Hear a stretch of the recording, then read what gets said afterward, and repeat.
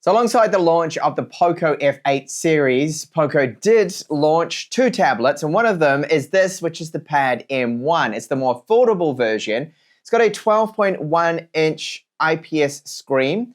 It has a very large 12,000 milliamp hour battery that can last for days depending on your use, and it's powered by the Snapdragon 7S Gen 4. It has 8 gigabytes of RAM. It's got two cameras that are 8 megapixels each and an optional keyboard, which I do have here. And what I don't have is the stylus that it does also support, an active stylus, but unfortunately, I wasn't sent that.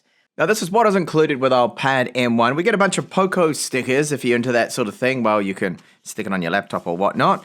And there's the specs on the outer protective sheet that it does come with. Of course, I've pulled the tablet out already so we can take a look at what is in here. So good to see that we do get the 33-watt charger. I mean, it's not a huge, powerful rate for charging, and I'll give you the exact time later on in this review. Our Type A to Type C cable, and under here, there is no stylus, unfortunately, but we do have a little bit of paperwork there. And there is this, which is not a SIM tray tool, but it's actually for the MicroSD card tray. There's no SIM support with it, but we do have the MicroSD, which is really good to see. It's one of the big positives of this affordable tablet. So that is what is included with our Pad M1. So our screen here is 12.1 inches. It's a 2.5K screen. Resolution is 2560 by 1600. That gives us a PPI of 249. It's all right. When you look closely, you can make out, well, almost pixels, but you'd be looking so close that it's not a normal, at least healthy distance to look at a screen. Brightness goes up to 600 nits in the high brightness mode. Pulse width modulation dimming is not there because it's an IPS screen, so it's DC dimming. And if you look at the very corners, the edges, you can see like a little bit of a corner shadow. The IPS panel is a slight disappointment. I really wish it was an OLED, but to make this more affordable, I can understand their choice to go with just having an IPS screen in this. Now, it's using HyperOS, and this is version 2, which is a bit weird.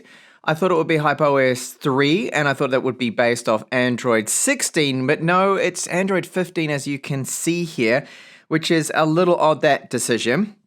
Now, the UI in general has been pretty quick and snappy. I have swapping between apps noticed at times you get a little bit of animation slowdown. It's not a super powerful chip, the Snapdragon 7S Gen 4, so that accounts to that performance a little bit, and it has 8 gigabytes of RAM, which is ample, which is still very good, and they have a little bit of that caching too as well, just to help smoothen things up a little bit, because when you go in to have a look, here you'll see the specs and info about it, and you can see that they have, with the RAM there, added an additional 4 of the caching, 4 gigabytes of caching there. But all up, it's pretty good. Just don't expect it to be the absolute smoothest. The UI is normally running at 120 frames per second, matching that 120 hertz refresh rate of the screen.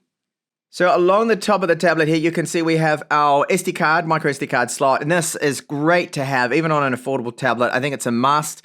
We have microphones here at the top, volume up and down, and along the bottom, there is nothing. No POCO port pin connector because the Bluetooth case is connected up with, as I just mentioned, Bluetooth there, so not hardware. Now, this keyboard case just gives us the one position there, and we've got a Type-C port on the side of it and a little switch to turn it on and off, and so there's a built-in battery there.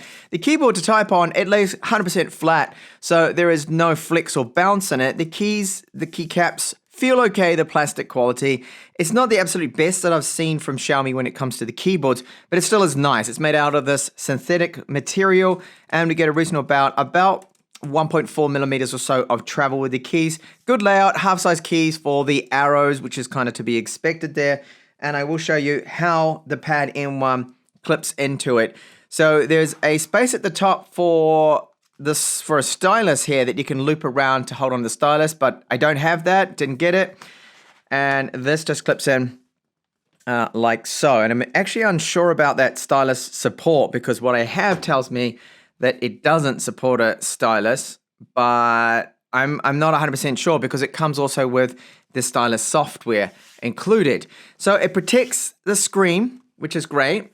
And the back of it's all protected, including the camera module there. All up, it's not a bad keyboard case, and I recommend going for this if you are going to be typing a lot. So there on the right side is where the Type-C port is for charging it, status LED, and our switch for on and off. It's got a tiny, you can hardly even see it in there, a little green or red, so that's how you know when it's on or off. And notice on the side here, we have 3.5mm headphone jack. Type-C port does not support video out. It's 33 watt charging only for that 12,000 milliamp hour battery. 2 speakers here, and then on the other side, another 2 speakers. You can see the Dolby Atmos support there, and Dolby Vision 2 for the screen, and there will be a sample later on of how these speakers do sound.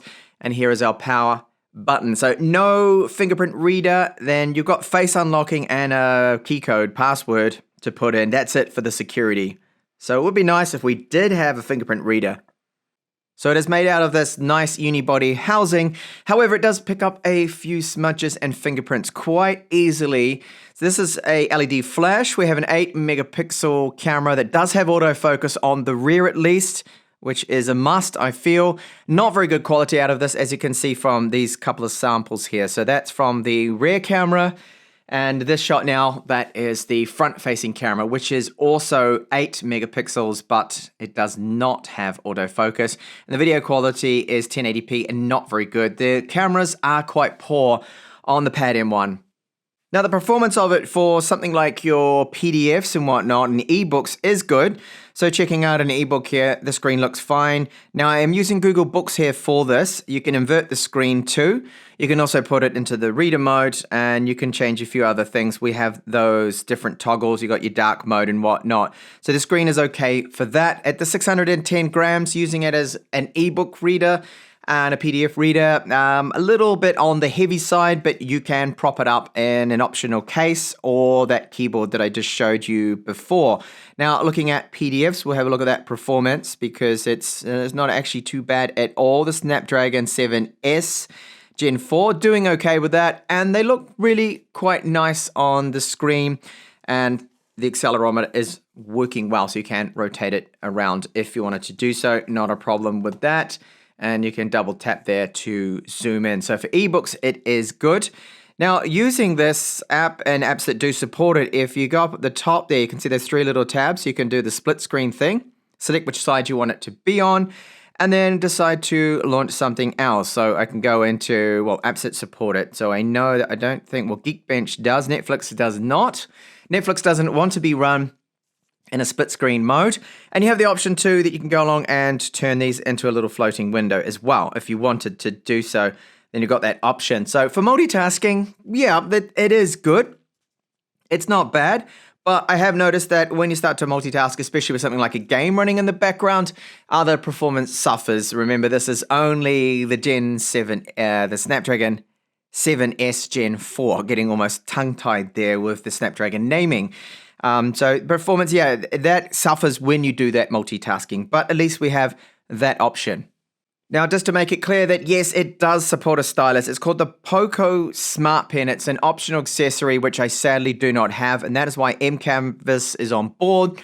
That's why the keyboard has that little loop that you can store the stylus in, but I'm unable to show that, and I don't have one of the pens or any pen styluses that I do have that are compatible with it, unfortunately. So this was the firmware update I got out of the box. There's this one, and it has made things a little bit smoother. I noticed that when I started to test out the first firmware, it felt a little bit more laggier. So they're improving that performance, but I just have commented, I know I've commented a few times, I just noticed that now and then you will get a few little lags. So bloatware quite lenient from POCO with the Pad M1. This is a bit of a surprise to me. So you can see that they've just got Spotify and TikTok and that's really it, what I would consider to be bloatware. They have their own browser on there. Then, of course, you get the Google one, you get Chrome and whatnot. So there are a few little bloatware apps, but quite lenient from them.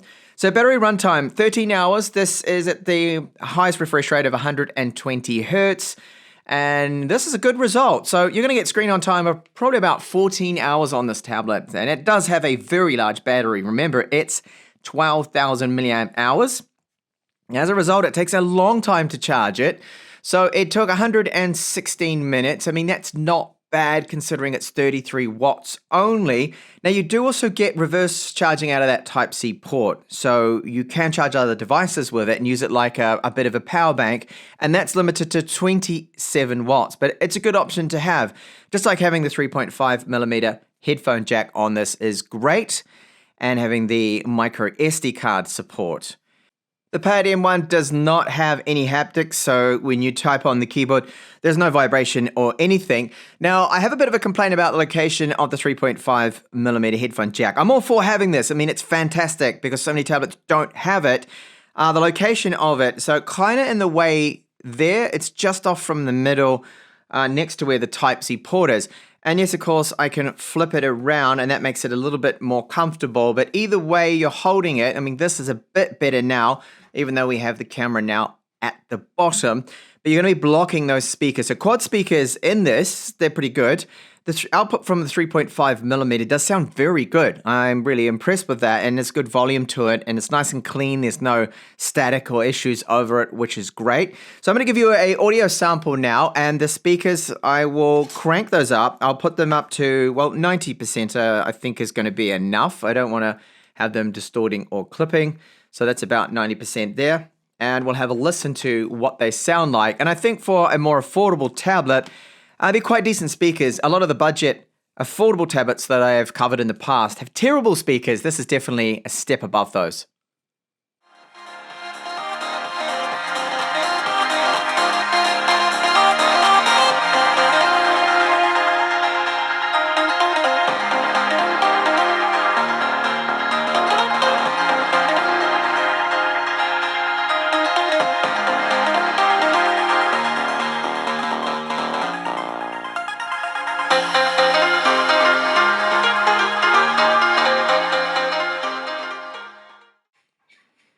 So gaming performance with that Snapdragon 7S Gen 4, it's okay, but don't expect it to be absolutely crazy smooth because there are a few big lags and dips. Now I've got it set to 60 frames per second, but on the medium settings only, because if you put it onto high settings or the ultra high, it gets quite choppy in certain areas, in certain battles, and it just makes the gaming a little bit more awkward. And yes, I'm dead now. So this is Wuthering Waves, by the way, the game that I just tested. So let's start with those positives. It's got great battery life. It will go for a very long time. So you saw from my battery test that you can get a really good screen on time out of this. And depending on your use, most people will be using a tablet maybe for a few hours a day. And the standby drain is very good on this. It can last for probably about 5 days or so without you even having to charge it. Now that Bluetooth keyboard, it's not hardware. I just said it was Bluetooth, so there is a little bit of latency as I pointed out. I mean, you don't normally notice it typing and things.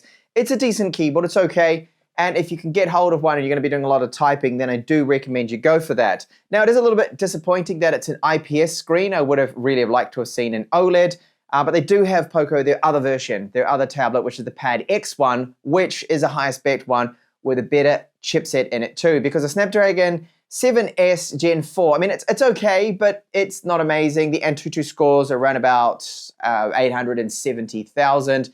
Occasionally in the UI, I did notice a few little lags that I mentioned when I briefly talked about that and the performance of it.